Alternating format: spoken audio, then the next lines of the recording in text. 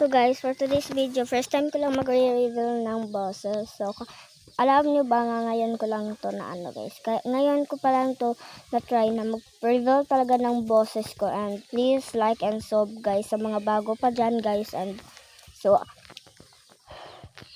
follow me and Facebook din guys. So, makikita nyo yung mukha ko doon. So, tapos na tayo dyan guys. So, dito naman tayo guys. So, mga mahahaba yata tong video na to. So, para hindi kayo mainit.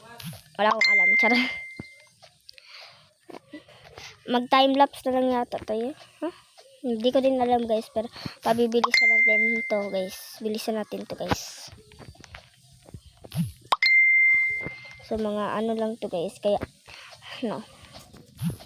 So mag-ano na tayo mga comment. First comment ni J.Ann Balingkudan. Like kami, grade 4. Sobrang rami naman itong ngalan niya. Grade 4 Mara. Okay, grade 4 Mara. Like ka Jane. Ano yun, basta. So, sabi niya po, ate, sabi po ng mama ko, ibenta ko daw po yung cellphone ko para daw po makabili po kami ng charger. Sobrang bobo ng mama mo. So, masasabi ko lang talaga. Pero, kung masasabi mo yan, hindi ko din alam. Kung ano masasabi sa mama mo. So, pasensya na kayo kung maingay dito guys kasi, no. So, ano ba? Kasi.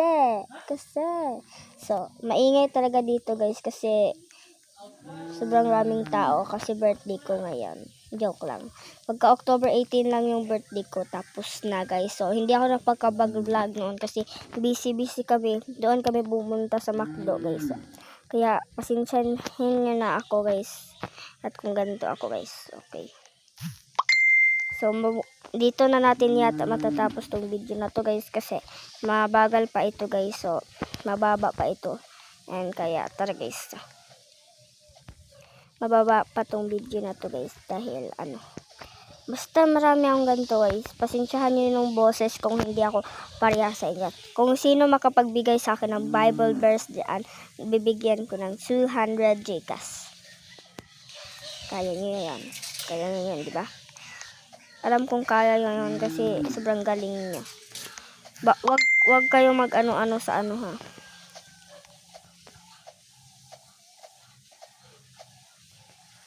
Wala na guys. So, bye guys. So, dito na yata matatapos yung video.